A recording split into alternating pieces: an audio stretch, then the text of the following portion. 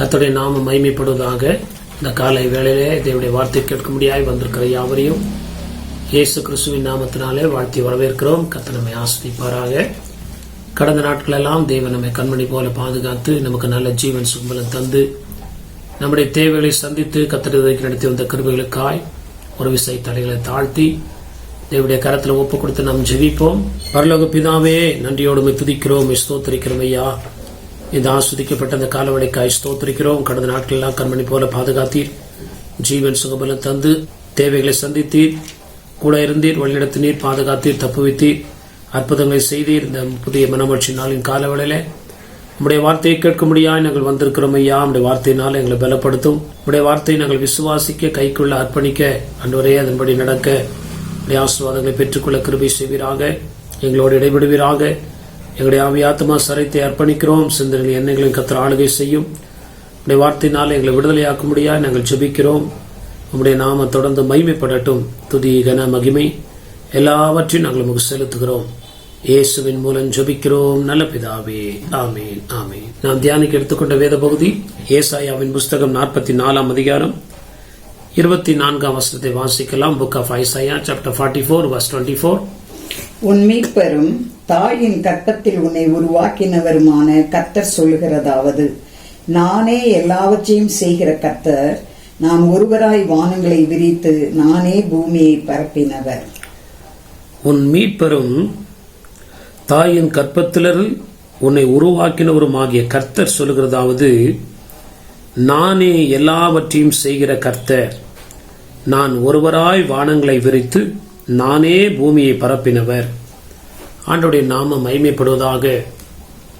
பழைய ஏற்பாட்டு காலங்களில் ஏசாயா தீர்க்கதரிசனம் மூலமாய் கொடுக்கப்பட்ட ஒரு வாக்குத்தத்தமாக இருந்தாலும் இந்த நாட்களிலும் ஆண்டவர் இதை நமக்கு நினைப்பூட்ட விரும்புகிறார். ஆண்டவருடைய நாமம் மகிமைப்படுவதாக.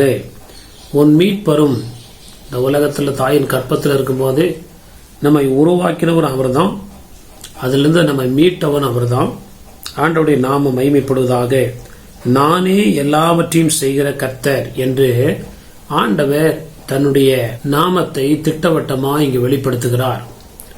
உனக்கு உதவி செய்கிற ஆட்கள்ல நானும் ஒருத்தர் அப்படின்னு சொல்ல, நானே எல்லாவற்றையும் செய்கிற கர்த்தர். கர்த்தருடைய நாமம் மகிமைப்படுவதாக.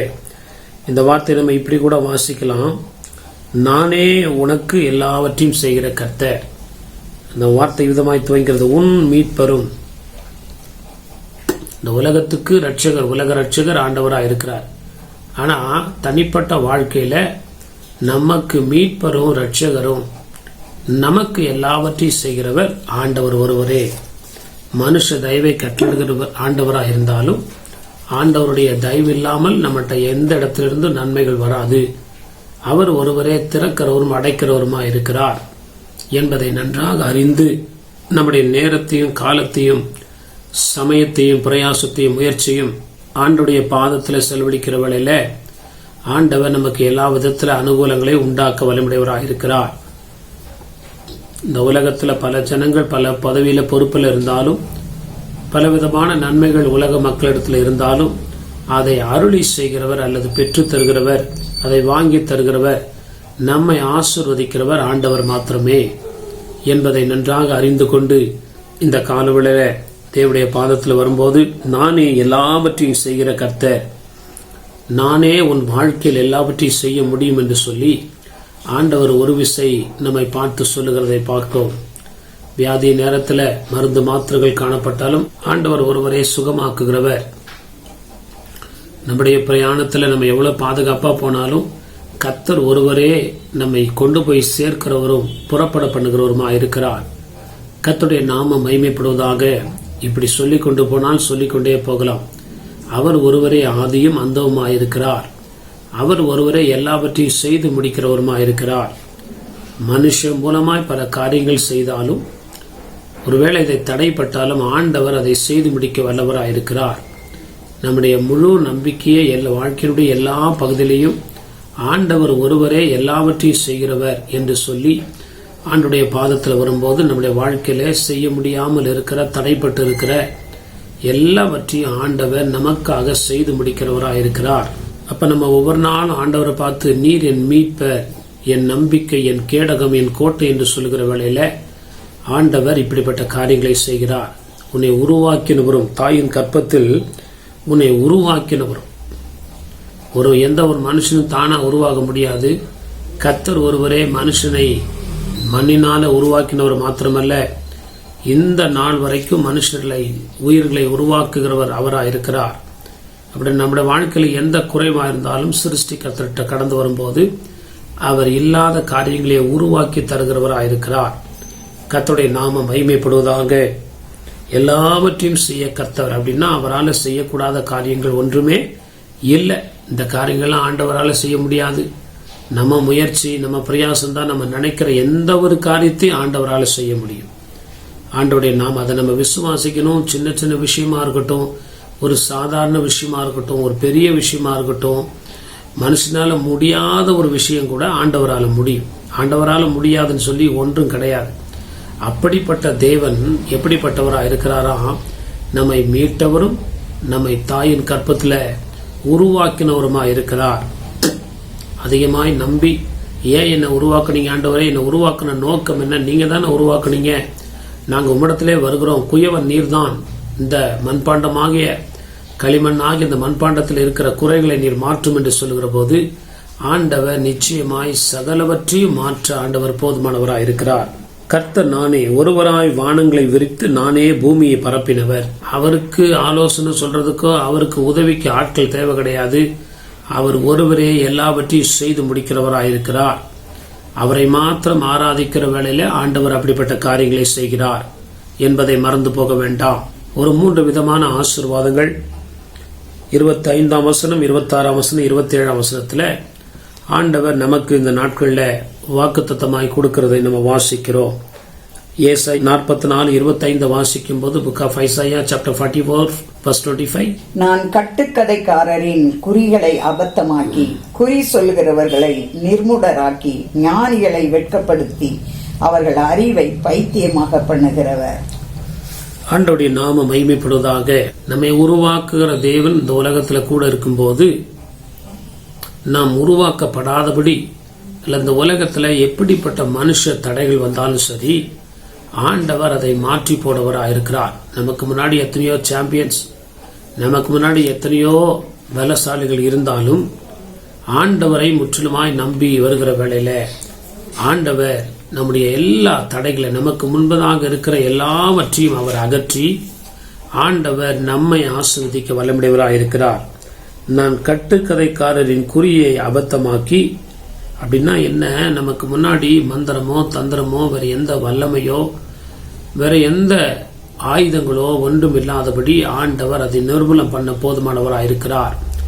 ஆண்டவருடைய நாமம் நானே எல்லாவற்றையும் செய்கிற தேவன் என்று ஆண்டவர் சொல்றார். நமக்கு முன்னாடி எத்தனை பேர் போட்டி போட்டாலும், நமக்கு முன்னாடி எத்தனை தடைகள், எத்தனை சவால்கள், பிரச்சனைகள் இருந்தாலும் ஆண்டவரால் அது கூடும் என்று சொல்லி நாம் விசுவாசிக்கிற வேளையிலே ஆண்டவர் அதை ஆம் என்றும் ஆமென் என்றும் செய்ய வல்லவராய் இருக்கிறார் என்பதை நாம் அறிந்து கொள்வோமாக. ஆண்டவருடைய நாம மகிமைப்படுவதாக. ஆண்டவரால் கூடாது ஒன்றுமில்லை. எப்படிப்பட்ட வல்லமை, எப்படிப்பட்ட மனுஷ காரியங்கள், எப்படிப்பட்ட அரசாங்கம், எப்படிப்பட்ட ஆளுகையும் ஆண்டவரால் மாற்றக்கூடும்.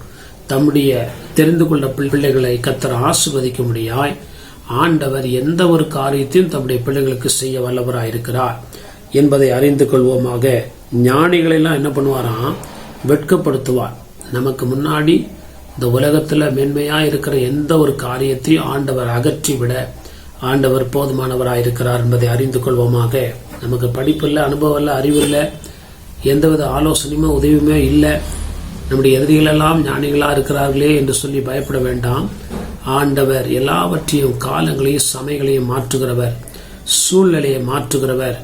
கர்த்தருடைய நாமம் மகிமைப்படுவதாக.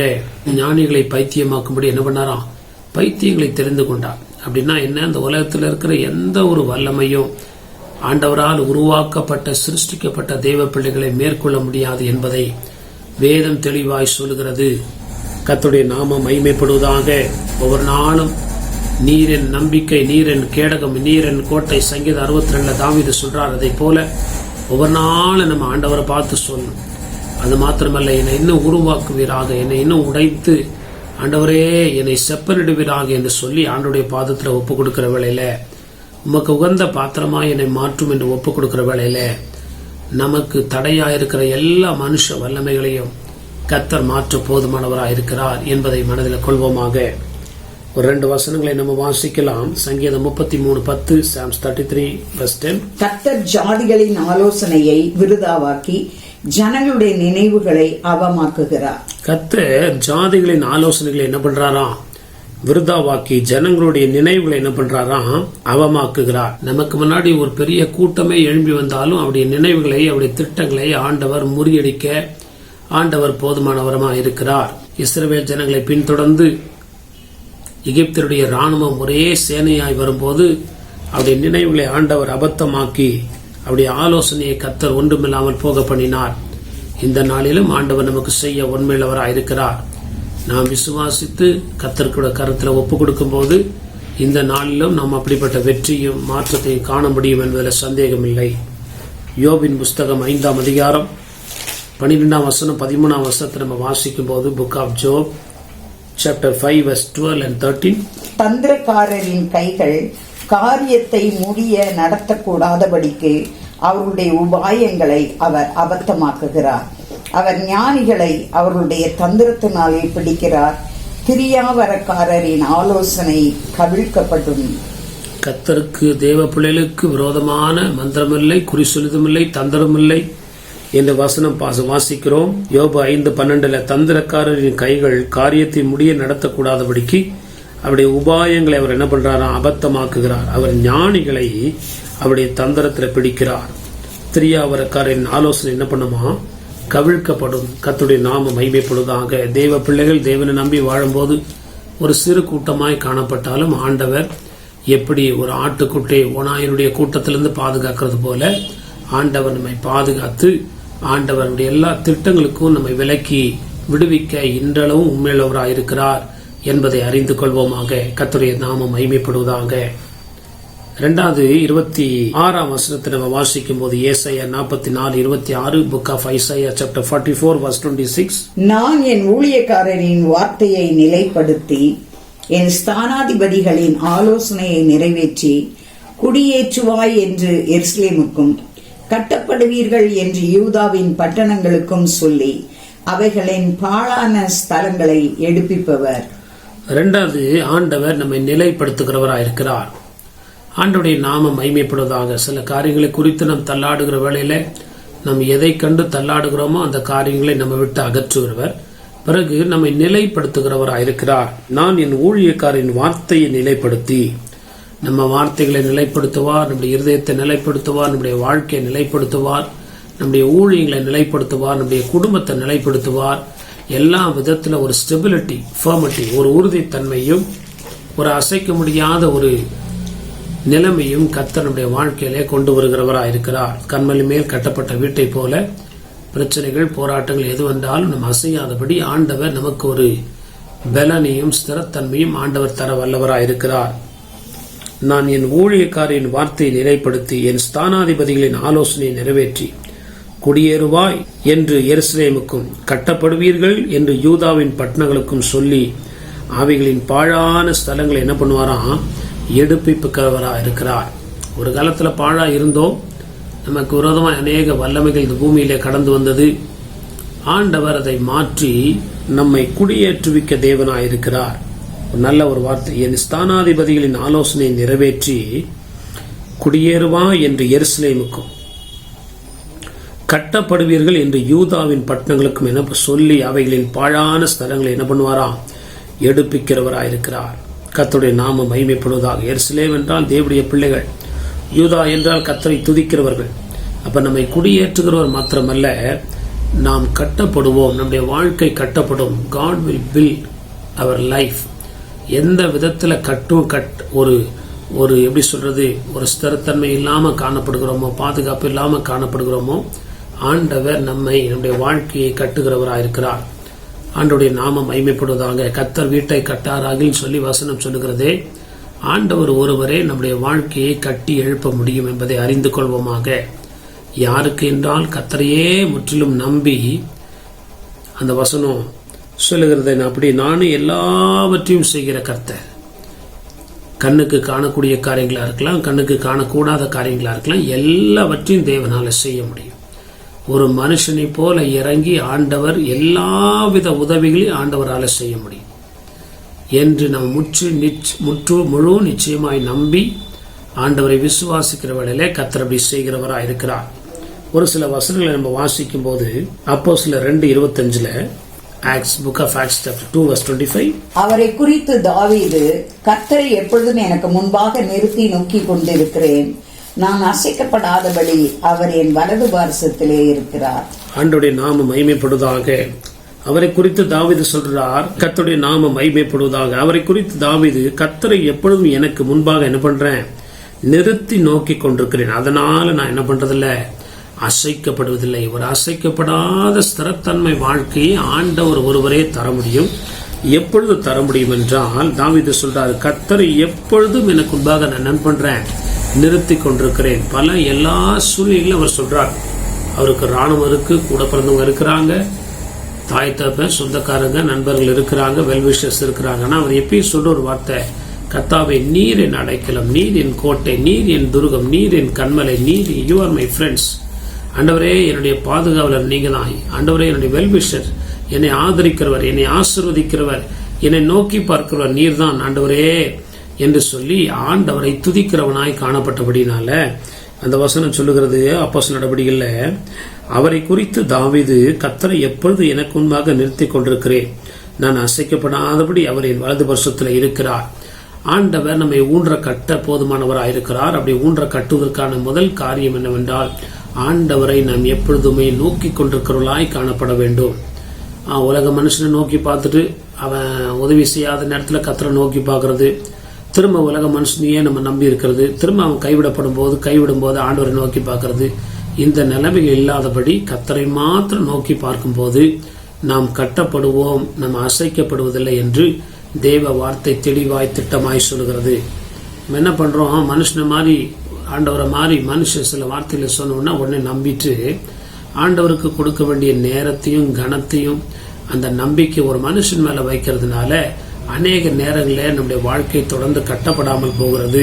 தாவீது சொல்றாரு, கர்த்தரை எப்பொழுதும் எனக்கு முன்பாக நான் என்ன பண்றேன், நிறுத்தி. அப்படின்னா எல்லா விஷயத்திலையும் நான் ஃபர்ஸ்ட் ஆண்டவரை தான் நம்புவேன், ஆண்டவரை தான் நான் சார்ந்திருப்பேன், ஆண்டவரை தான் நான் என்ன பண்ணுவேன், எல்லாவற்றையும் தெரிவிப்பேன். அவர் என் பாதைகளை செவைப்படுத்துவார், நான் அசைக்கப்படாதபடிக்கு அவர் என் வலது பரிசுத்தில் இருக்கிறார் என்று சொல்லி தைரியமாய் திட்ட ஆண்டவர் கூட இருந்தால் அசைக்கப்படாத ஒரு வாழ்க்கையை தேவன் நமக்கு தரு வல்லவராக இருக்கிறார். புயல் வந்தாலும் வெள்ளம் வந்தாலும் எப்படிப்பட்ட கடல் சீற்றங்கள் வந்தாலும் அந்த வீடு மலையின் மேல் கட்டின வீட்டை போல அது நிலைத்து இருக்கும் என்று நம்முடைய விசுவாசத்தை குறித்து ஆண்டவர் அநேக இடங்களில் சொல்லி இருக்கிறார். நம்பிக்கை இந்த தினம் கர்த்தர் மேல வை என்று சொல்லி அநேக காரியங்கள். அப்ப நம்முடைய பரிபூர்ண நம்பிக்கை ஆண்டவர் மேல வைத்து நம்ம ஆண்டவரை துதிக்கிறவர்களாய் காணப்படும் போது நம்ம அசைக்கப்படுவதில்லை என்பதை அறிந்து கொள்கிறோம். முதலாவது, நமக்கு விரோதமாக இருக்கிற எல்லா திட்டங்களை ஆண்டவர் முறிக்கிறார். இரண்டாவது, கர்த்தரை நிலைநிறுத்துகிறார். ஆண்டவருடைய நாமம் மகிமைப்படுவதாக. எப்படி ஒரு நல்ல தேவன் பாருங்க. கர்த்தருடைய நாமம் மகிமைப்படுவதாக. நம்மை சூழ்ந்திருக்கிற எல்லாவற்றையும் ஒரு அகற்றிவிட்டு தந்திரங்கள், மனுஷ வல்லமைகள், பொறாமைகள், உலகத்துடைய அதிபதியினுடைய எல்லாவித தடைகளை கர்த்தர் உடைத்து ஆண்டவர் நம்மை ஆசீர்வதிக்கிறார். இரண்டாவது, நம்ம என்ன பண்றாரா, நிலைப்படுத்துகிறவராக இருக்கிறார். நம்ம வாழ்க்கையில நிலையில்லாத ஒரு வாழ்க்கை இருக்குதுன்னா ஆண்டவர்கிட்ட கேளுங்க. ஏன்னா ஆண்டவர் வசனம் 24 அப்படிதான் சொல்லுது, நானே எல்லாவற்றையும் செய்கிற தேவன். நம்மை நிலைப்படுத்துகிறவர் அவர் தான், நம்மை பாதுகாக்கிறவர் அவர் தான். எல்லா விதத்தில் ஆவிக்குரிய வாழ்க்கையில ஒரு நிலை இல்லை, பொருளாதாரத்துல சரீரத்துல ஒரு நிலைத்தன்மை இல்லை என்று சொல்லி வேதனைப்பட வேண்டாம். ஆண்டவரை நோக்கி பார்க்கும் போது அந்த நிலைமைகள் மாறும் என்பதில் சந்தேகமில்லை. ஆண்டவருடைய நாமம் மகிமைப்படுவதாக. மூன்றாவது ஒரு வசனத்தை நம்ம வாசிக்கலாம். எரேமியா 33 இன்னொரு வசனத்தை கூட நம்ம வாசிக்கலாம். புக் ஆஃப் எரேமியா சாப்டர் 33 verse 7. நான் யூதாவின் சிறையிருப்பையும் இஸ்ரவேலின் சிறையிருப்பையும் திருப்பி முன்னிருந்தது போல அவர்களை கட்டுவித்து. எரேமியா 33:7. நான் யூதாவின் சிறையிருப்பையும் இஸ்ரவேலின் சிறையிருப்பையும் என்ன பண்ணுவேன், திருப்பி முன் இருந்தது போல அவர்களை என்ன பண்ணுவேன், கட்டுவிப்பேன். முதலாவது நம்மளை விடுதலை ஆக்குகிறார். பிறகு நம்ம என்ன பண்றாரு, அவர் ஊன்ற கட்ட வல்லமுடையவராக இருக்கிறார். அன்பான தெய்வ பிள்ளைகளே, நானே எல்லாவற்றையும் செய்யக்கூடியவர். நம்முடைய சிறையிருப்பை மாற்றுகிறவர் அவர்தான். யாரும் நம்மை விடுவிக்க முடியாது. கர்த்தருடைய நாமம் மகிமைப்படுவதாக. யார் என்னை விடுவிக்க கூடும் என்று பவுல் சொல்லுகிறார். கர்த்தர் ஒருவரே நம்முடைய எல்லா வல்லமைக்கும் சத்துடைய மனுஷனுடைய திட்டங்களுக்கு விலக்கி நம்மை பாதுகாக்கிறவராயிருக்கிறார். இரண்டாவது நம்மை கட்டுவிக்கிறவராயிருக்கிறார் என்பதை அறிந்து கொள்வோமாக. மூன்றாவது ஒரு வசனத்தை நம்ம வாசிக்கலாம். ஏசாயாவின் புஸ்தகம் 44 அதிகாரம் 27 வசனத்தை வாசிக்கும் போது, book of Isaiah chapter 44 verse 27. நான் ஆழத்தை நோக்கி வற்றிப்போ என்றும் உன் நதிகளை வெட்டாந்தரையாக்குவேன் என்றும் சொல்லுகிறவர். ஆண்டவருடைய நாமம் மகிமைப்படுவதாக. ஏசாயா 44:27 நான் ஆழத்தை நோக்கி வற்றிப்போ என்றும் நதிகளை வெட்டாந்தரையாக்குவேன் என்றும் என்ன பண்ணுகிறவரா சொல்லுகிறவர். ஆழம் என்பது சத்துடைய வல்லமைகளை குறிக்கிறது. நதிகள் என்பது பிரச்சனைகளை குறிக்கிறதா இருக்கிறது. முதல்ல நம்மளை ஆண்டவர் பிரச்சனைகளை அகற்றி நம்மை சூழ இருக்கிற சத்துடைய திட்டங்கள் நம்ம மேல வராதபடிக்கு இருக்கிற எல்லா வல்லமையை ஆண்டவர் குலைத்து போட்டு நம்மை நிலைநிறுத்தி அதோடு விட்டு விடுகிறார் அல்ல, தொடர்ந்து ஆண்டவர் நம்மை சுற்றில் ஒரு பாதுகாப்பை ஏற்படுத்துகிறார். என்ன எப்ப ஏற்படுத்துகிறார்னா, நான் ஆழத்தை நோக்கி என்ன பண்ணுவேன், வற்றிப்போ என்று சொல்லுவேன். ஆழத்தில் விழுந்தவங்க, பாதாளத்தில் விழுந்தவங்க திரும்பி வரவே முடியாது. சத்துடைய வல்லமையில விழுந்தவங்க திரும்பி வர முடியாது. பலவிதமான கட்டுகள், மந்திர கட்டுகள், பலவிதமான காரியங்களை விழுந்தவங்க திருப்பி வர முடியாது. ஆனா கர்த்தர் நமக்கு என்ன சொல்றாருன்னா, அந்த ஆழத்தையே வற்றி போக பண்ணுகிறவர். சாத்தானுடைய வல்லமையை ஒன்றும் இல்லாதபடி கர்த்தர் நிக்கிரகம் பண்ண ஆண்டவர் நம்மோடு இருக்கிறார். அதான் தாவீது சொல்றார், கர்த்தரின் வலது பரிசத்தில் என்ன பண்றாரா இருக்கிறார். இருந்து நம்மை நிலைப்படுத்தின தேவன் அதை தொடர்ந்து காப்பாற்ற வல்லமுடையவராக இருக்கிறார். நம்மை ஸ்திரப்படுத்தினவர், தொடர்ந்து அவர் நம்மோடு இருந்து நம்மை தொடர்ந்து முடிவு பரியந்தம் பாதுகாக்க வல்லமுடையவராக இருக்கிறவர். ஆண்டவருடைய நாமம் மகிமைப்படுவதாக. ஒரு ஆழமான சமுத்திரம் வற்றி போறதுக்கு ரொம்ப நாள் ஆகும். அது ஒரு சாதாரண காரியம் இல்லை. நதிகளை என்ன பண்ணுவார் ஆண்டவர், வெட்டாந்தரையாக்குவார். நம்முடைய கரங்கள், வேதம் சொல்லுகிறது, நீ ஆறுகளை கடக்கும் போது உன்னோடு இருப்பேன். அவைகள் என்ன பண்றதில்லை, உண்மையில் புரளுவதில்லை. ஆனா இஸ்ரவேல் ஜனங்க யோர்தானை கடக்கும் போது அப்படியே கால்கள் நனையாதபடி என்ன பண்ணாங்களாம், வெட்டாந்தரில் அப்படியே யோர்தான் அப்படியே மேல நின்றுச்சு. அப்ப ஆண்டவர் நதிகளை வெட்டாந்தரையாய் மாற்ற போதுமானவராக இருக்கிறார். அங்க தண்ணி இருந்ததுக்கே அடையாளம் இல்லாத அளவுக்கு நமக்கு விரோதமாய் வருகிற பிரச்சனைகள், போராட்டங்கள் நம்ம சொல்றோம். தண்ணி அடிச்சுட்டு போற மாதிரி இந்த பிரச்சனைகளை அடிச்சுட்டு போயிடும். அந்த மாதிரி ஒரு பண பிரச்சனை, அந்த மாதிரி ஒரு வியாதி, அந்த மாதிரி பல போராட்டங்கள் எல்லாவற்றையும் ஆண்டவர் வெட்டாந்தரையாக்குவார். இருக்கிற இடமில்லாமல் அவைகள் ஒரு நாள் நம்ம மேல புரளாதபடி ஆண்டவர் பாதைகளை தொடர்ந்து முன்னேறி செல்ல ஆண்டவர் உண்டாக்க வல்லமுடையவர் என்பதை அறிந்து கொள்வோமாக. ஒரு பிரச்சனை வந்த உடனே பிசாசு நமக்கு ஒரு பயத்தை கொண்டு வந்துடுறான். ஒண்ணு. ரெண்டாவது, அதையே யோசிக்க வைக்கிறான். கர்த்தரை யோசிக்காதபடி அல்லது கர்த்தருடைய மகத்துவமான காரியங்களை நம்ம நினைக்காதபடி அதுக்குள்ள சோர்ந்து போகும்படி பிசாசு செய்கிற வேளையில இந்த வசனத்தை நான் நினைவு கூறுவோமாக. அவர் ஆழத்தை நோக்கி வற்றிப்போ என்றும் உன் நதிகளை வெட்டாந்தரை ஆக்குவேன் என்றும் என்ன பண்ணுகிறவரா அவர் சொன்னா அந்த காரியங்கள் உடனே நடக்கும். காலதாமதங்கள் ஏற்படாது. கர்த்தர் உடனே அந்த காரியங்கள்ல ஒரு மாற்றத்தை உண்டாக்குவார் என்பதை மறந்து போக வேண்டாம். மோசே கையை நீட்டும் போது சமுத்திரம் ரெண்டா பிரிஞ்சு, வேதம் சொல்லுது, கல்லுருவம் கொண்டு அப்படியே நின்றுச்சு. கல்லு சவுறு மாதிரி ஜனங்கள் வெட்டாந்தரையில நடந்து போறது போல என்ன பண்ணாங்களாம், சமுத்திரத்தின் வழியாய் நடந்து போனார்கள். இன்னைக்கும் ஆண்டவர் அந்த காரியங்களை செய்ய வல்லமுடையவராக இருக்கிறார். ஆனா அதுக்கு பின்னாடி வந்த பார்வோனின் ரதங்கள் அந்த சமுத்திரத்துல மாண்டு போயிட்டு. இந்த உலகத்துல எத்தனையோ ஜனங்க சில பிரச்சனைகளை மாட்டி மறித்து போறார்கள். ஆனா நம்மை காக்கும்படி நம்முடைய தூதனானவர் ஆண்டவர் நம்முடைய வலது வருஷத்துல நிற்கிறார். அவர் நிற்கிறார் அப்படின்னா நம்ம போய் பக்கத்துல நிற்கும் போதுதான் அவர் நம்முடைய கிருபை நமக்கு கிடைக்கும். ஆண்டவருடைய நாமம் மகிமைப்படுவதாக. எங்கள் கால்கள் நம்முடைய வாசல்களில் என்ன பண்ணிட்டு நிற்கலாயிற்று. ஆலயத்தில் நிற்கும் போது, ஆண்டவருடைய பாதத்தில் நிற்கும் போது ஆண்டவர் நமக்கு விரோதமாய் வருகிற வல்லமைகளை ஆண்டவர் பரிபூர்ணமாய் மாற்றி தொடர்ந்து நம்மை நிலைப்படுத்த வல்லமுடையவராக இருக்கிறார். ஒரு வசனத்தை நம்ம வாசிக்கலாம். ஏசாயா 42:15, ஐசாயா சாப்டர் 42 verse 15. நான் மலைகளையும் குன்றுகளையும் பாழாக்கி அவைகளில் உள்ள பூண்டுகளை எல்லாம் வாட பண்ணி ஆறுகளை திட்டுகளாக்கி ஏரிகளை வற்றிப்போக பண்ணுவேன். நான் மலைகளையும் குன்றுகளையும் பாழாக்கி அவைகளிலுள்ள பூண்டுகளை எல்லாம் வாட பண்ணி ஆறுகளையும் திட்டுகளாக்கி ஏரிகளை என்ன பண்ணுவேன், வற்றி போக பண்ணுவேன். பொதுவாக வெயில் காலத்துல ஏரிகள்லாம் வற்றி போகும், அது இயற்கை. ஆனா ஆண்டவருடைய வார்த்தையில பயங்கர வல்லமை உண்டு. அந்த காரியங்களை ஆண்டவர் உடனடியாய் செய்ய வல்லமுடையவராய் இருக்கிறார். கர்த்தருடைய நாமம் மகிமைப்படுவதாக. வற்றாத ஜீவ நதிகள் சொல்லுவாங்க. எந்த வற்றாத ஜீவ நதிகளையும் ஆண்டவர் வற்றி போக பண்ண அவருடைய நாசின் சுவாசத்தினால முடியும் என்று வசனம் சொல்லுகிறது. கர்த்தருடைய நாமம் மகிமைப்படுவதாக. ஒரு ஊதுனார்னா அப்படியே கல்லுருவம் கொண்டு போயிடும். நமக்கு நேராய் வருகிற பிரச்சனைகள் அப்படியே நின்றுவிடும். அது ஒரு நாள் நம்மை பின்தொடராதபடி நாம் கடந்து போக ஆண்டவர் நமக்கு இரக்கம் செய்வார். கர்த்தருடைய நாமம் மகிமைப்படுவதாக. ஏசாயா 52 இன்னும் அழகாய் சொல்லுகிறது. ஏசாயாவின் புஸ்தகம் 52. நான் வந்தபோது ஒருவனும் இல்லாமற் போனதென்ன, நான் கூப்பிட்ட போது மறு உத்தரவு கொடுக்க ஒருவனும் இல்லாமற் போனதென்ன, மீட்க கூடாதபடிக்கு என் கரம் குறுகிற்றோ, விடுவிக்கிறதற்கு என்னிடத்தில் பலன் இல்லாமற் போயிற்றோ. இதோ என் கண்டிதத்தினாலே கடலை வற்ற பண்ணி நதிகளை வெட்டாந்தரையாக்கி போடுகிறேன். அவைகளில் உள்ள மீன் தண்ணீர் இல்லாமல் தாகத்தால் செத்து நாறுகின்றது. நான் வந்தபோது ஒருவனும் இல்லாமல் போனதென்ன. நம்ம ஆலயத்துக்கு போறோம், ஆண்டவரை ஆராதிக்க போகிறோம், ஆண்டவர் அங்க வருகிறார். அப்ப நம்முடைய பிரச்சனைகளை இடத்துல சொல்லும் போது கர்த்தர் அதை மாற்றுவார். சிலருடைய வாழ்க்கையில பிரச்சனைகள் வரும்போது என்ன பண்ணுவாங்கன்னா ஆலயத்துக்கு போறதை விட்டுருவாங்க. எங்க பிரச்சனை உங்களுக்கு தெரியாதா பாஸ்டர், எங்க போராட்டம் உங்களுக்கு தெரியாதா?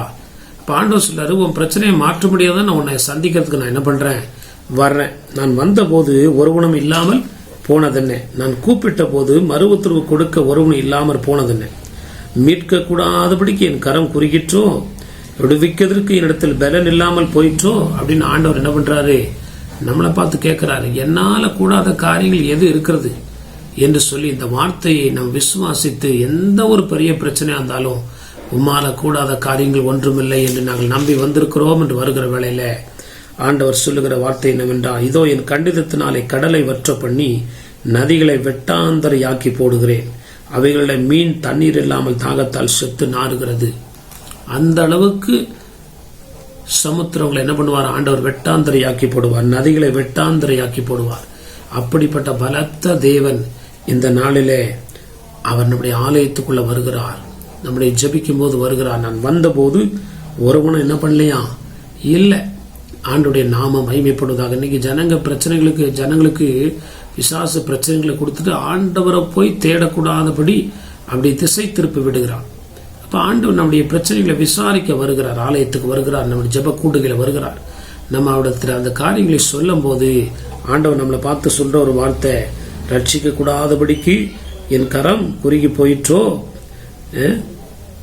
விடுவிக்கிறதுக்கு இடத்தில் பலன் இல்லாமல் போயிற்றோ என்று ஆண்டவர் ஒரு விசை நமக்கு உதவி செய்ய ஆண்டவர் தம்முடைய புயத்தை நீட்டுகிறதுக்கு ஆயத்தமுள்ளவராக இருக்கிறார் என்பதை அறிந்து கொள்வோமாக. ஏன்னா அவருடைய கரம் தான் நம்மளை என்ன பண்ணிச்சு, உருவாக்கிற்று. கர்த்தருடைய நாமம் மகிமைப்படுவதாக. நமக்கு இறங்குகிறவர் நம்முடைய தேவனாகிய கர்த்தர்.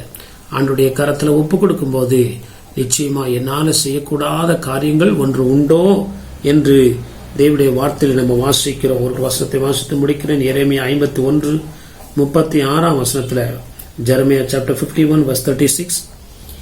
ஆகையால் கர்த்தர் சொல்லுகிறது என்னவென்றால், இதோ நான் உனக்காக வழக்காடி உன் பழிக்கு பழி வாங்கி அதன் கடலை வரளவும் அதன் ஊற்றை சுவரவும் பண்ணுவேன். ஆண்டவருடைய நாமம் மகிமைப்படுவதாக.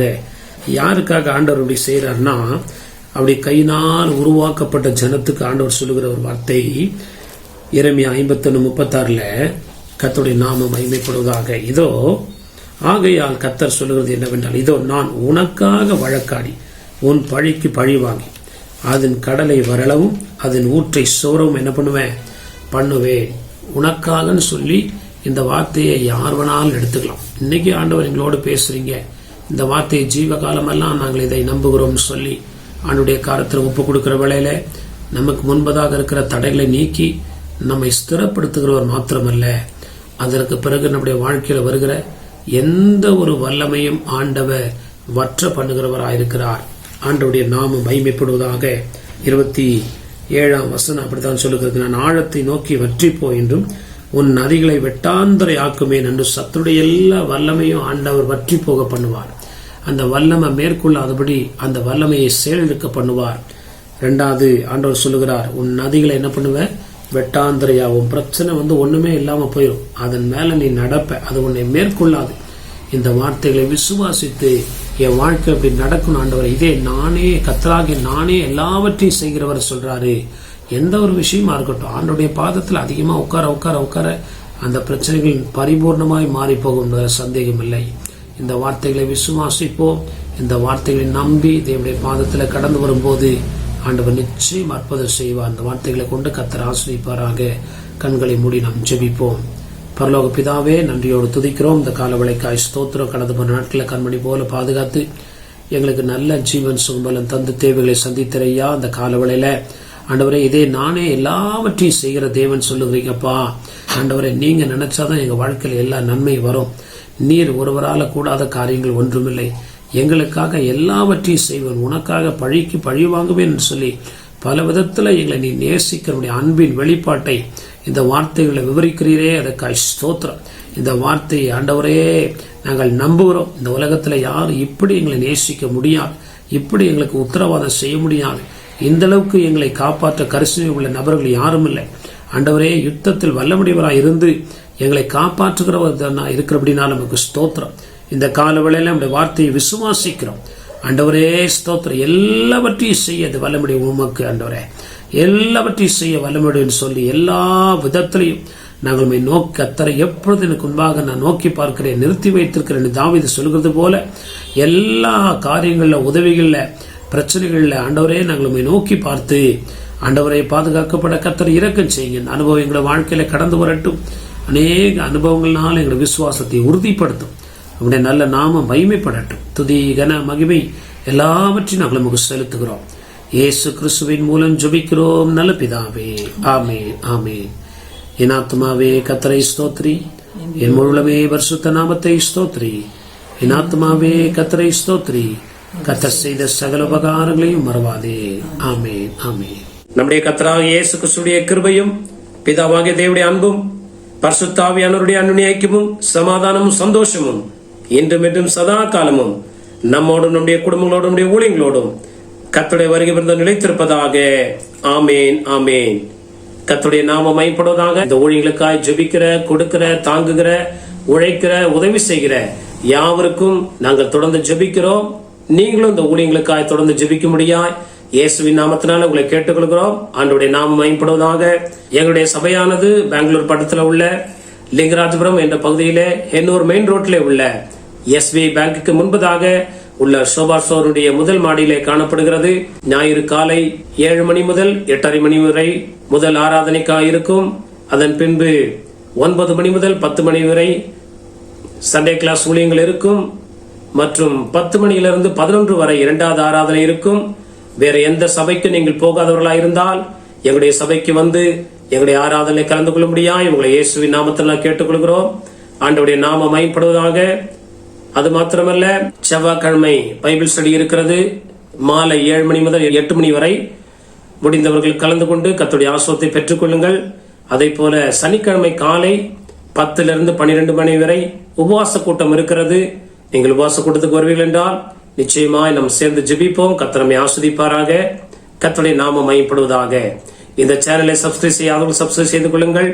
அப்படியா தேவனுடைய வார்த்தையை உங்களுக்கு தெரிந்தவர்களுக்கு ஷேர் செய்யுங்கள். கர்த்தர் நம்மை ஆசீர்வதிப்பாராக. ஆண்டவருடைய நாமம் மகிமைப்படுவதாக. அது மாத்திரமல்ல, எங்களுடைய போன் நம்பர் இதில் கொடுக்கப்பட்டிருக்கிறது. முக்கியமான ஜெப அவசர தேவைக்கு நீங்கள் போன் செய்வீர்கள் என்றால் உங்களுக்கு நாங்கள் எப்பொழுதும் ஜெபிக்க ஆயத்தமா இருக்கிறோம். கர்த்தர் நம்மை ஆசீர்வதிப்பாராக. ஆமென், ஆமென்.